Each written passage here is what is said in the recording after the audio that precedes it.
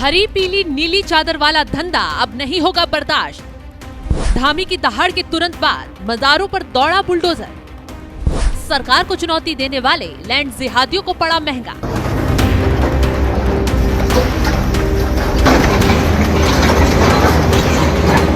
देवभूमि उत्तराखंड में अपराध करते पाओगे या फिर नीली पीली चादर बिछाकर अवैध मजार बनाकर जनता को ठगते देखे जाओगे तो किसी हाल में छोड़े नहीं जाओगे, क्योंकि सीएम पुष्कर सिंह धामी अपना अपराध को इग्नोर करने के मूड में है और न ही अपराधियों को किसी हाल में ढील देने के मूड में है। इसी का नतीजा है कि सीएम पुष्कर सिंह धामी ने विधानसभा में खड़े होकर अवैध कब्जों पर जीरो टॉलरेंस की जो दहाड़ लगाई थी, चंद घंटों में ही उसकी गूंज अब हरिद्वार की सड़कों से लेकर हर गली कूचे में सुनाई दे रही है। यानी कि कुछ ही घंटों में एक्शन की तस्वीर भी दिखाई देने लगी। हरिद्वार के बहादुराबाद के सालेमपुर क्षेत्र में अवैध मजार पर बुलडोजर चला। आरोप है कि सरकारी सिंचाई विभाग की जमीन पर यह अवैध मजार बनाई गई थी। पूरी जांच पड़ताल के बाद इस अवैध मजार को ढहाया गया है। डीएम मयूर दीक्षित ने खुलासा किया कि सरकारी जमीन पर अवैध रूप से बनी इस संरचना को तोड़ने के दौरान नीचे कोई अवशेष नहीं मिला। सिंचाई विभाग के एसडीओ भारत भूषण ने खुलासा किया कि पावर हाउस पथरी क्षेत्र में 2 नहरें बहती हैं, जिसके बीच में ये मजार बनाई गई थी। अवैध कब्जे वाली जमीन उत्तर प्रदेश सिंचाई विभाग की जमीन है। कई बार पहले कर्मचारियों ने इस अवैध निर्माण को हटाने के लिए चेतावनी दी थी, लेकिन इन लोगों ने प्रशासन की बात नहीं मानी। 1-2 बार नहीं, बार-बार अवैध मजार को हटाने के लिए चंद साजिशकर्ताओं को चेतावनी दी गई थी, लेकिन चंद मौलाना और मुसलमान अपनी करतूतों से बाज नहीं आए और इसी का नतीजा है कि बुलडोजर वाला अंजाम उन्हें भुगतने को मिला। सीएम धामी पहले ही विधानसभा से चेतावनी देते हुए कह चुके थे कि अवैध कब्जाधारियों को एक पल की मोहलत नहीं दी जाएगी। देवभूमि की पवित्रता से खिलवाड़ कतई बर्दाश्त नहीं होगा। ये नकेल सिर्फ मजारों पर नहीं कसी जा रही है, बल्कि हर उस अवैध धंधे और कब्जे पर है जो उत्तराखंड के शांत और सनातन स्वरूप को बिगाड़ने की कोशिश कर रहा है। जो अभी आपने कहा कि एक वर्ग विशेष को, धर्म विशेष को डराया धमकाया या उनको भयभीत किया जा रहा है। देखिए, हम जो भी काम करते हैं संविधान के अनुसार करते हैं, व्यवस्था के अनुसार करते हैं, कानून के अनुसार करते हैं और देश की जो विधि व्यवस्था है उस व्यवस्था पर विश्वास करके उस विधि व्यवस्था को मानने के आधार पर काम करते हैं। जो इस विधि व्यवस्था को नहीं मानता है, कोई अतिक्रमण करता है, कोई सरकारी जमीनों पर कब्जे कर रहा है, लाल चादर, पीली चादर, हरी चादर, नीली चादर डाल के अगर सरकारी जमीनें कब्जा करेगा तो देवभूमि उत्तराखंड में नहीं चल सकता है। विधि के अनुसार उनको हटाया गया और आगे अभी अभियान चलेगा वो लगातार। विधानसभा के मंच से मुख्यमंत्री ने जिस सख्त लहजे में चेतावनी दी थी कि अवैध अतिक्रमण करने वाले अपनी हदें समझ लें, उसके तुरंत बाद ही देखिए प्रशासन के बुलडोजर ने एक्शन लेना शुरू कर दिया। सरकारी सिंचाई विभाग की बेशकीमती जमीन पर खड़ी अवैध मजार को पल भर में मिट्टी में मिला दिया। इस दौरान मौके पर भारी भरकम पुलिस फोर्स तैनात रहा ताकि कोई बवाल न खड़ा होने पाए, प्रशासन को कोई चुनौती देने न पाए। इस मौके पर एसडीएम जितेंद्र सिंह ने साफ कहा, ये कार्रवाई कोई अचानक नहीं बल्कि पूरी कानूनी प्रक्रिया के तहत की गई है। 16 अक्टूबर को कड़ा नोटिस दिया गया था, लेकिन जब कोई भी पक्ष या उसका डॉक्यूमेंट सामने नहीं आया तो कानून ने अपना काम किया। तो ये साफ संदेश है कि सरकारी संपत्ति हड़पने का मंसूबा अब उत्तराखंड में खतरनाक जुर्म है।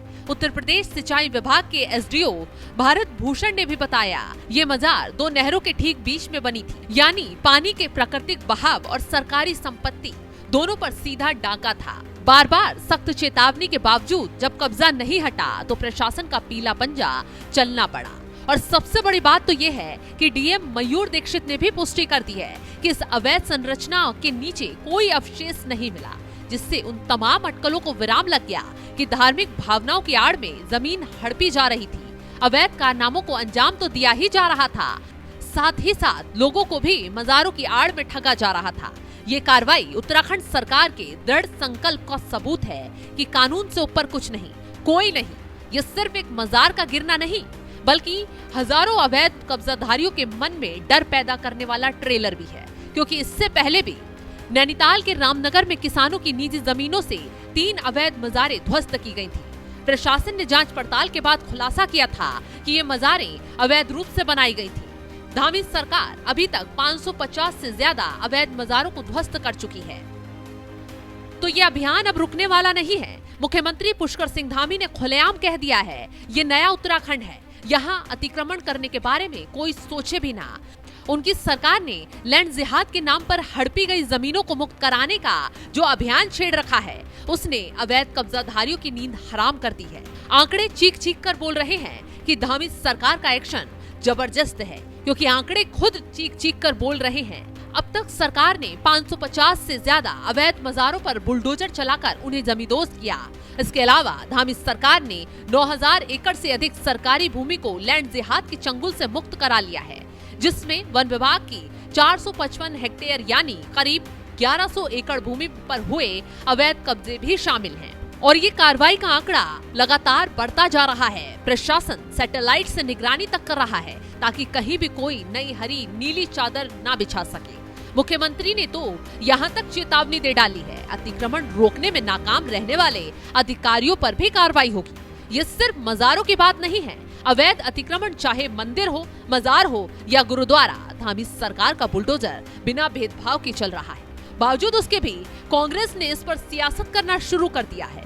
कांग्रेसी माहौल बनाने के लिए आरोप लगा रहे हैं। धर्म विशेष को निशाना बनाकर ये कार्रवाई की जा रही है। लेकिन सीएम पुष्कर सिंह धामी ने सबूत और आंकड़ों के साथ विपक्ष की बोलती बंद कर दी है। सीएम धामी ने साफ कहा कि हमारी सरकार का एक्शन अवैध कारनामे करने वालों के खिलाफ है, जिसका लक्ष्य सिर्फ एक ही है, सरकारी संपत्ति और देवभूमि की पहचान को बहाल करना। अब ऐसे में कोई माहौल बनाए, चिल्लाए, कब्जाधारियों का रहनुमा बनकर दिखाए तो एक्शन रुकने वाला नहीं है, क्योंकि कार्रवाई पूरी जांच पड़ताल के साथ की जा रही है, किसी एक पक्ष के खिलाफ नहीं। फिलहाल जिस तरीके से धामी सरकार एक्शन मोड में है, उसको लेकर आप क्या राय रखते हैं, कमेंट बॉक्स में जरूर बताएं।